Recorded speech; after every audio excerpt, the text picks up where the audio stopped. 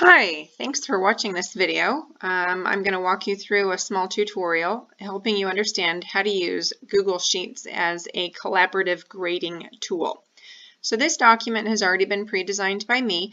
I have formatted 3 different tabs. I have inserted code so that as you import information for any particular child, that it will total that information on the far right. I'm going to pretend that I am entering grades for a particular assignment. We will call this lesson 3. And I'll say that it would be pages 15 to, doesn't really matter. There we go. And I can enter this information quite simply by typing it in. Let's say that it's 8/18 of 2018, and the total points possible for this assignment might be 5. If you know that you're going to have reoccurring assignments that are always 7 days apart from one another, and you know how to use the sigma up here, you do have the option of just clicking into the date cell followed by sigma sum, the cell to the left. If this doesn't make sense to you, you can ignore this portion for the next 30 seconds, and then I'll come back to things that are easier for you to understand. Plus 7, and then it's going to instantly add 7 days to what occurred on the left. And you can click on this little corner and extend it over and over again, and it'll do that same thing, 7 days later, 7 days later, so on and so forth. And you can just pull it all the way over if you want all of those dates to go in. I'm going to click the undo button and then take that away. So lesson 3 is worth 15 points, and Adam received 15. I'm going to randomly put numbers in here just to showcase how this works. Maybe Annabelle received 1 point of extra credit for that assignment. And I'll just enter more numbers in here. So let's pretend that I've gone through and I've added all that information in. I'm going to scoot all the way over here to the right side. I'm going to use this navigation bar on the bottom to scoot over to the right. And I have recorded in these cells coding that's going to total this information up for you. So not only does the grand total populate because I have code in this cell, but then based on the number of points that the child has earned, all of that information populates here as well. When you access this document for the very first time, you really don't need to work with the assignment and the date and the points possible that I've put in there.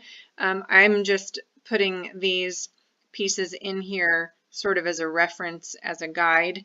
You can click on Adam and delete Adam, and you can add in Jake or Catherine or whatever name applies and update this document accordingly.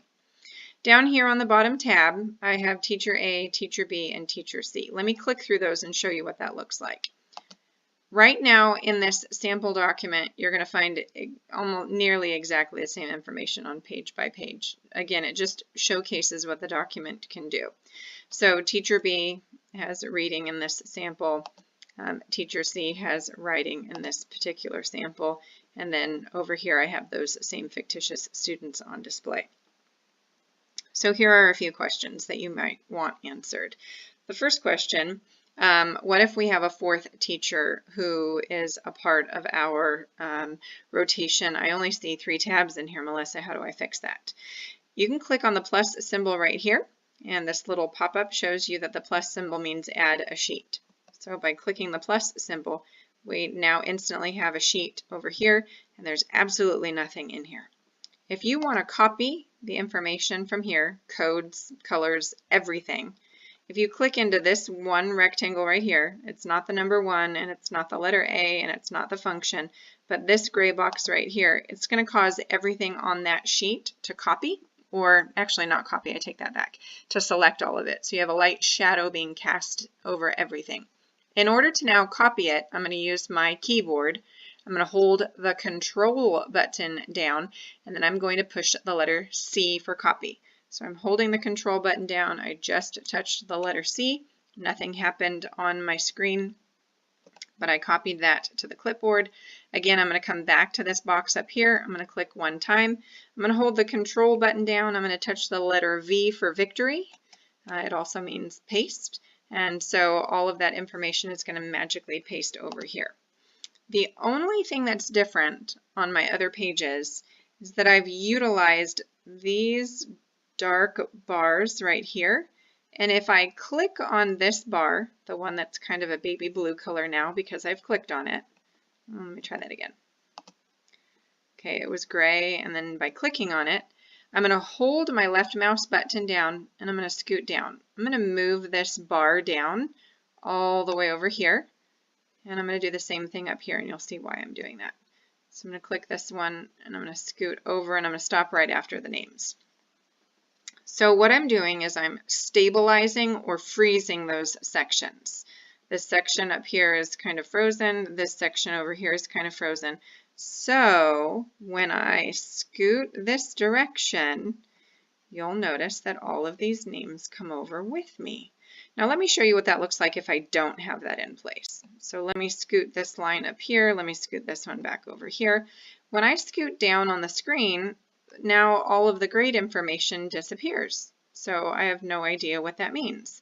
And when I scoot all the way over here, all of my names have disappeared. So who has 75%, who has 91%, who has 100%?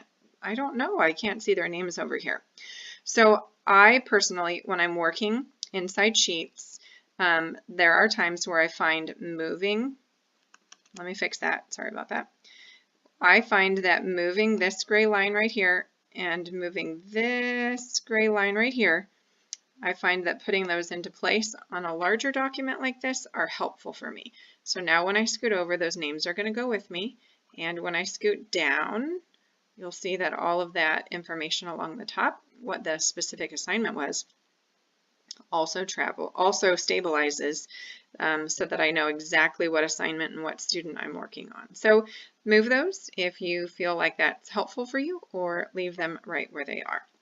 If you ever want the word writing to be removed, maybe you want it to say social studies or science, you can either double click inside of here to activate your edit function, and you can use backspace on your keyboard, and then you can type science, or if you want it in all caps, doesn't really matter, followed by enter on your keyboard, and it's going to keep that information. Your other option, click in this box one time. Step number 2, come all the way up here where you see it says science, and then you can type writing up inside this little box, enter, and then it will change that information. Here's the last bit that I want to mention. Well, 2 more pieces that I want to mention that I think would be helpful. If you want to change the names down here, it's quite easy. If you click one time to activate that tab, and then you right-click one time, you'll see this small menu appear.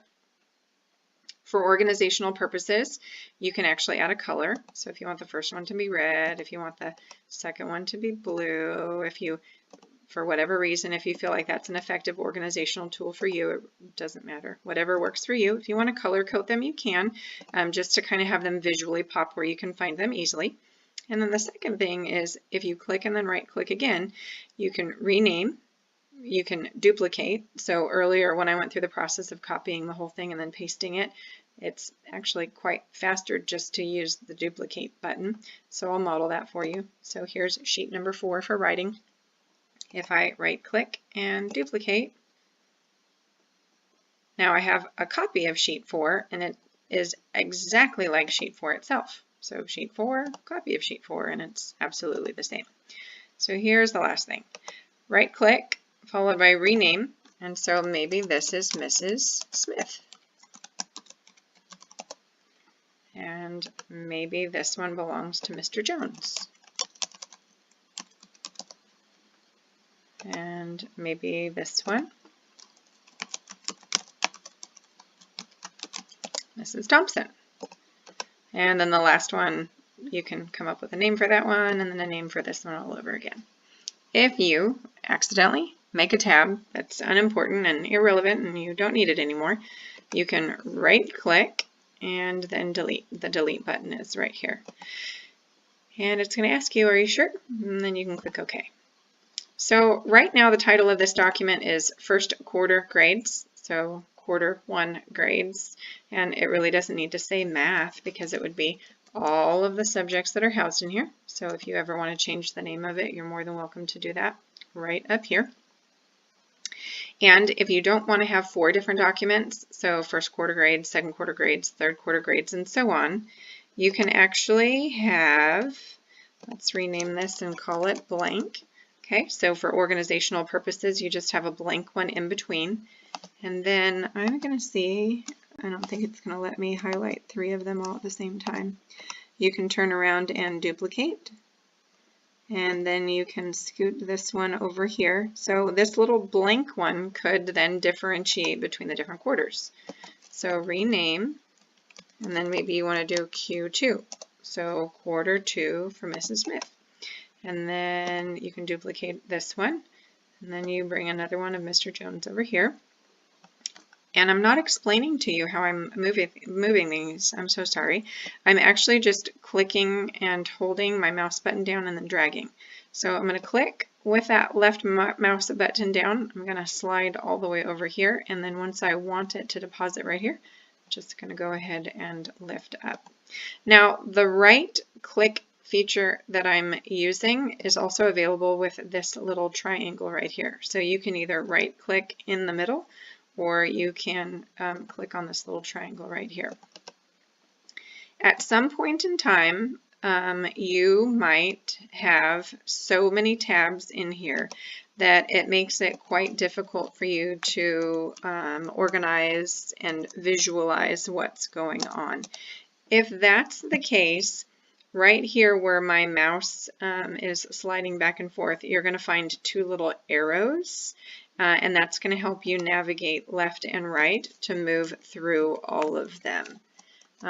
Sometimes that's the case. Sometimes you have so many of them that it's just hard to kind of see all of them at once. And I'd have to continue to make a bunch of different tabs in order for that little left and right arrow to appear.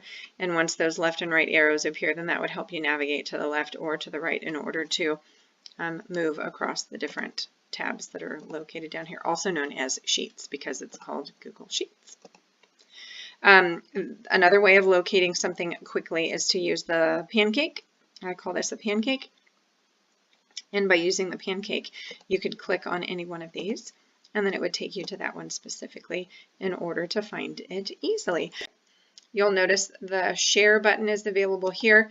You can click on Share, and then you can enter the names of the teachers that you want to work with. Here, if I start typing names, then I'm going to reveal email addresses of people, and maybe they don't want their email addresses on display. So you would type in the names of the different teachers that you're collaborating with here. Please verify that you give them permission to edit, and then by clicking on the Done button, that gives you permission to share an email out with those teachers so that they know that this document is available. The other option for changing your share capability would be located here in Advanced. And then if you want to use any of the features in here, right now I have it set so that anyone can view it, because I want to be able to share it out with a variety of different people. Now it's going to be your job to make a copy of that in order to move beyond just the view capability. And in order to make a copy of it, you're going to see a picture of the Google Drive symbol up here with a plus symbol on it. And I recommend that you click on the symbol right there. Right now I have a folder because it's saved in a specific location for me. But for you, in this location, you should find the Google emblem right here. It kind of looks like a triangle and it has a plus symbol on it. Click here in order to save a copy of this in your drive. And you're going to save the official one. My recommendation is that you head into Google Drive itself. So once you have clicked the button at the top that looks like the Google emblem with a plus symbol on it, that means that you have saved that particular file in Google Drive. At this point, you are probably incapable of making any edits or modifications to the original document. In order to make modifications to the document so that it's yours and you have the power to make some changes, you're going to need to perform a right click on that file. So on top of wherever you find that file, do a right click. And then you're going to want to click right here where it says make a copy. It takes maybe 15 to 20 seconds, and then you have a copy of the original document that I shared with you. From here, you've got some options. You can do a right click, and then you can rename it. You also have the power to move it to a new location using this same method. So you can rename it, and you can call it Quarter 1 Grades, and then you can put your school here. So now you've got this document here. You can move it more than one way. You can do a right click followed by move to, and then it's going to give you this little pop-up window where you can either create a new folder, or using the back arrow you can head over into other locations and then double click on something followed by the move here button. That's one strategy for moving your newly created document. Your another option is to use this little sideways triangle right here. I'm going to click on that down facing triangle. I can click right here, and then I can turn around and drag and drop it into any one of these locations. And by dropping it on any one of those locations, it's going to instantly transport over into that new location. So either one of those would be great. If you have a folder that has the year that you're teaching, and you want all those documents housed in one specific location, that would be one place.